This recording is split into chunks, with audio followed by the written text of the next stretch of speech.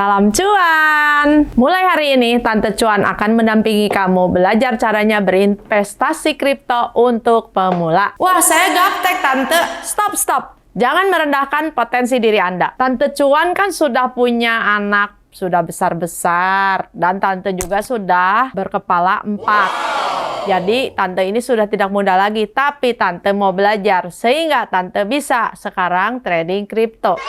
Nah, kalian juga harus belajar. Jangan kalah sama Tante. Kalau Tante bisa, kalian juga pasti bisa. Makanya di channel Tante Cuan, mulai sekarang akan lebih banyak obrolan tentang trading kripto ya. Bahasa yang dipakai oleh Tante akan bahasa sehari-hari yang mudah dipahami oleh emak-emak.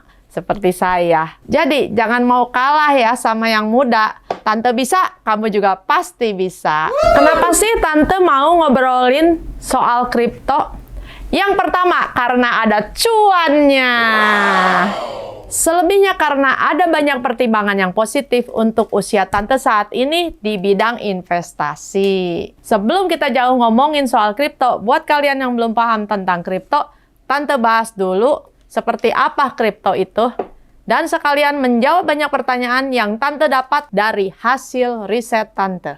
Jadi Tante Cuan dan tim sudah melakukan riset sebelum membuat video ini. Ternyata dari topik investasi kripto ini ada banyak pertanyaan.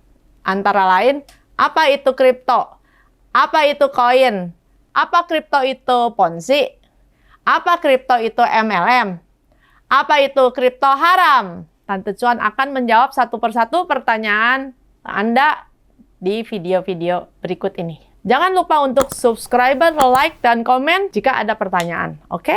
Apa itu kripto? Kripto juga disebut cryptocurrency. Jadi terdiri dari dua kata, yaitu kripto dan currency.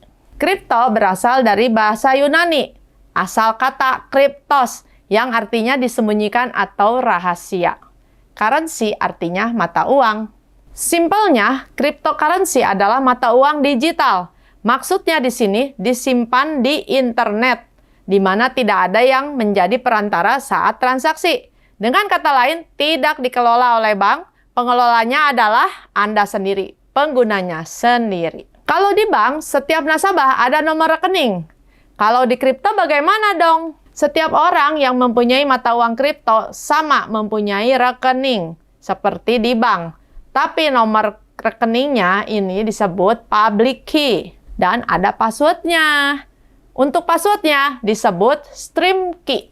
Bisa dikatakan tidak mudah dihack, ya, tidak mudah diretas. Oh ya, di Indonesia kripto itu disebut juga aset kripto. Nah, aset kripto ini bisa diperjualbelikan, bisa transaksi kripto.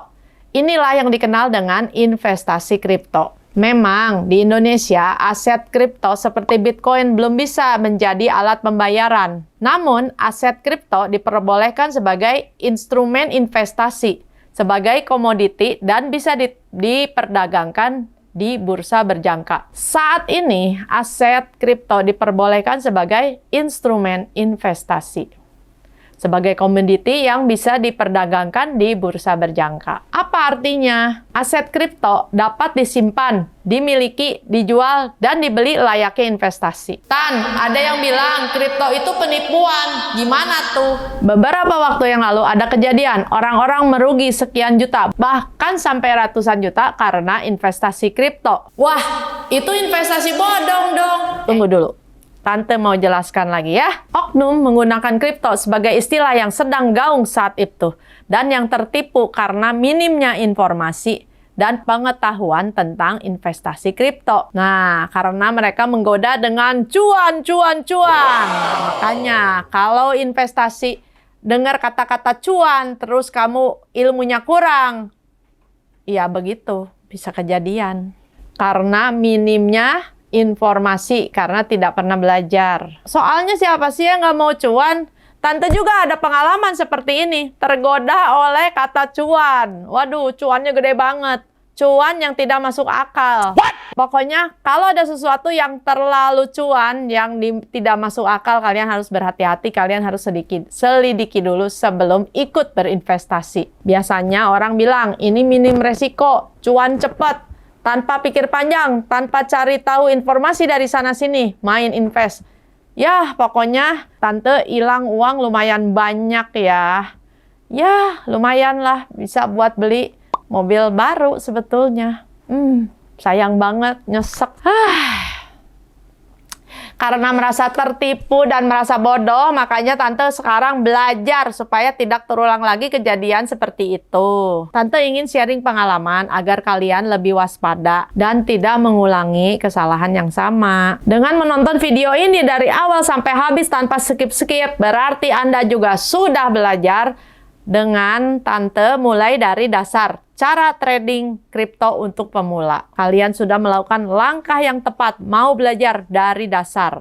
Pokoknya sebelum berinvestasi apapun, sebaiknya kumpulkan dulu informasi yang berkaitan dengan hal tersebut. Lalu pertimbangkan baik-baik bagaimana resikonya, bagaimana cara kerjanya, bagaimana kemampuan kita, agar kita terhindar dari kerugian investasi. Kan kita mau cuan yang konsisten, bukan mau rugi, iya kan? Cari tahu lagi, apakah investasi kripto itu penipuan?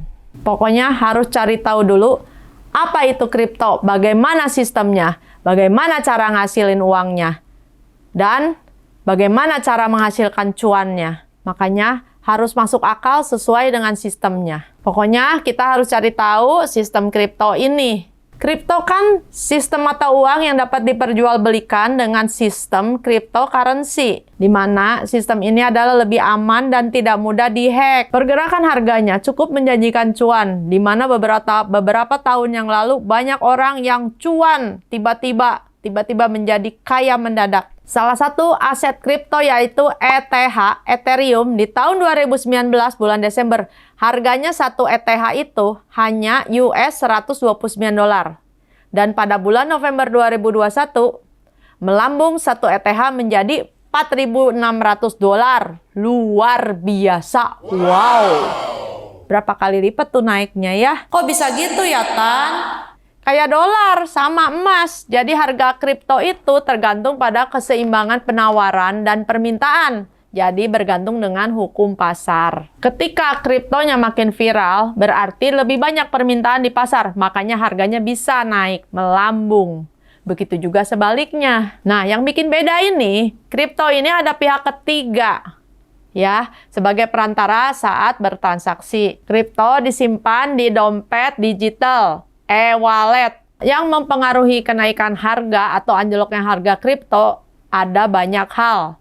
Kita akan mengambil selisih pada saat jual atau pada saat beli. Nah, makanya kalau ada yang sistemnya hanya berdasarkan dari banyaknya jumlah orang yang kita ajak terjun di investasi kripto, jadi pergerakan harga pasarnya tidak dipakai, itu sudah pasti Ponzi. Itu yang untung yang mengajak. Yang untung yang ikut di awal, yang belakangan pasti tertipu, pasti uangnya bawa lari. Beda dengan sistem referral. Sistem referral itu seperti komisi untuk yang mengajak, tapi komisinya juga nggak banyak. Hanya satu kali saja pada saat mendaftar. Ponzi sama aja kayak sistem MLM dong. Karena kan ada MLM yang benar sistemnya. Ponzi dan MLM bodong itu nilai produknya tidak jelas, tidak masuk akal, dan tidak sesuai. Mereka nggak ada dasar yang kuat untuk menciptakan harga kripto. Mereka hanya berdasarkan jumlah banyaknya orang yang berhasil diajak untuk bergabung dalam trading kripto tersebut. Jadi mereka berdasarkan semakin banyak orang yang berhasil diajak investasi, maka profitnya makin besar. Bukan berdasarkan harga pasar yang sedang terjadi. Kalau perdagangan kripto yang benar, jauh lebih simpel. Selalu ada dasar yang kuat mengenai harganya karena ada sistem blockchain. Wah, apalagi itu sistem blockchain, Tante? Sistem blockchain merupakan sistem yang menyimpan data transaksi mata uang digital tanpa perantara dari pihak ketiga. Bybit salah satu bursa berjangka yang menggunakan sistem blockchain. Tapi Tan, sebenarnya investasi kripto itu halal atau haram sih, Tan? Untuk ini, Tante langsung mengutip saja ya. Menurut hasil musyawarah MUI tahun 2021, cryptocurrency seperti Bitcoin, Ethereum, Dogecoin, dan jenis mata uang kripto lainnya diharamkan untuk kegiatan jual beli, dikarenakan mengandung unsur gharar, yaitu ketidakpastian. Fatwa haram UI ini selaras dengan Undang-Undang Nomor 7 Tahun 2011 yang menyatakan bahwa pembayaran yang sah dan diakui di Indonesia adalah mata uang rupiah. Namun, MUI telah menyatakan bahwa mata uang kripto tetap sah atau diperbolehkan selama sebagai aset atau investasi, bukan sebagai alat pembayaran. Dengan kata lain, umat muslim di Indonesia menurut MUI masih diperbolehkan menyimpan kripto sebagai aset atau investasi dan dapat diperjualbelikan. Lantas bagaimana cara menghasilkan cuan dari investasi kripto? Tante akan bahas di video-video lainnya. Kalian akan belajar berbagai macam investasi untuk pemula. Sampai jumpa di video selanjutnya. Salam cuan!